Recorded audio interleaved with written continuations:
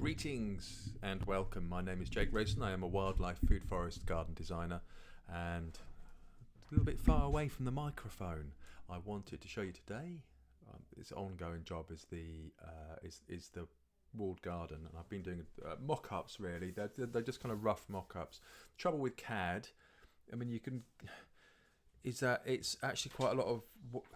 It's too easy to make it look final. So this is the. Hold on a second. Can I show you that kind of sketchy thing there that I did before?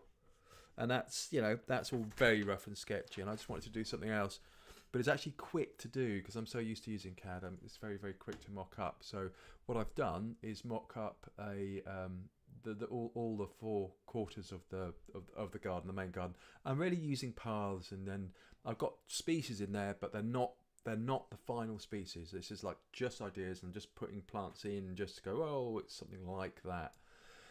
So so the Japanese garden's in here with a path, a meandering path that goes all the way around over a little bridge and around the back of the tea house over the water, and there's a pond in front of the tea house, almost like an island, and that's connected to that main stream there.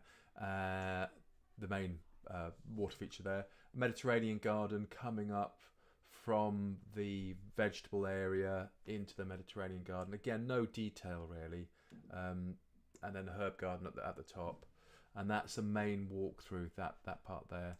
And for the woodland glade is this bit down here. I haven't even bothered putting paths in because it really depends on the final shape of it. But the idea is it's meandering paths through, but still kind of edible crops. But the trees don't require any pruning, so it's that kind of lower wilder space. So there's some North American hawthorn, scarlet hawthorn, Arnold hawthorn, blue hawthorn, Bentham's cornel. There's kind of medlars. There's stuff which is less maintenance, but there is still a kind of windbreak and more maybe higgledy-piggledy windbreak. But yeah, just a bit looser. Whereas on the other side, there are windbreaks. I've done them very quickly. I mean, they're bigger windbreaks at the back and kind of going down a bit. But just to keep that shape going, so there's a kind of continuity between the different quarters, and then a meadow, an area of grass. I think because the idea is to have grass paths throughout. That if you've got grass paths and you're using a brush cutter, and then a meadow needs cutting, well, it depends on how you manage it, but just certainly needs cutting once a year, and you can rotate the bits that you cut as well, depending upon what you're growing and how you're managing it. So it's called it's kind of very interesting and all kind of very loose at this stage, but that's the general sense. Now, I'm not going to do any more until the client has measured up and done the survey and I get some more information back, because there's no point putting specific species and stuff in until you get the feedback, until you know exactly what you're dealing with. And I get to see some more photos and videos and things as well. So hopefully that gives a better idea.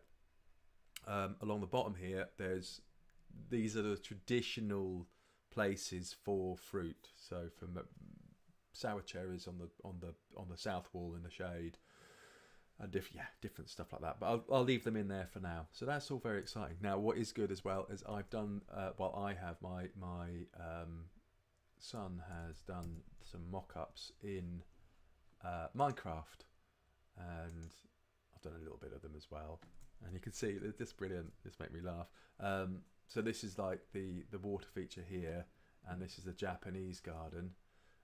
And it's just to give us a sense, really, that you kind of go, oh yeah, that's how it would work. And you can see the Japanese garden from various points around the garden. You can see the tea house, but you can't really get to it. You need to know the right way in. So it's just it's actually really good fun to do.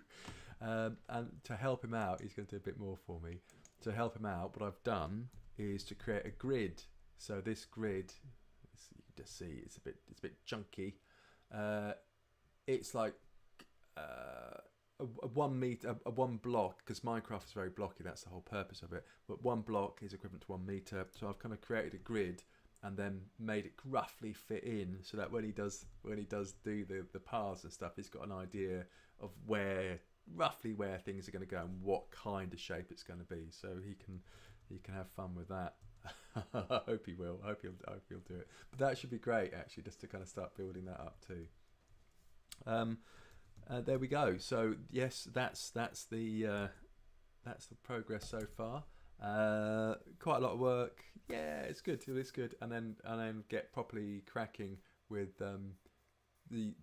properly cracking with the species after we get the information back. Okay, thank you very much for watching, and I shall catch up with you soon. And there we go. Take care. Subscribe. Cheers. Goodbye.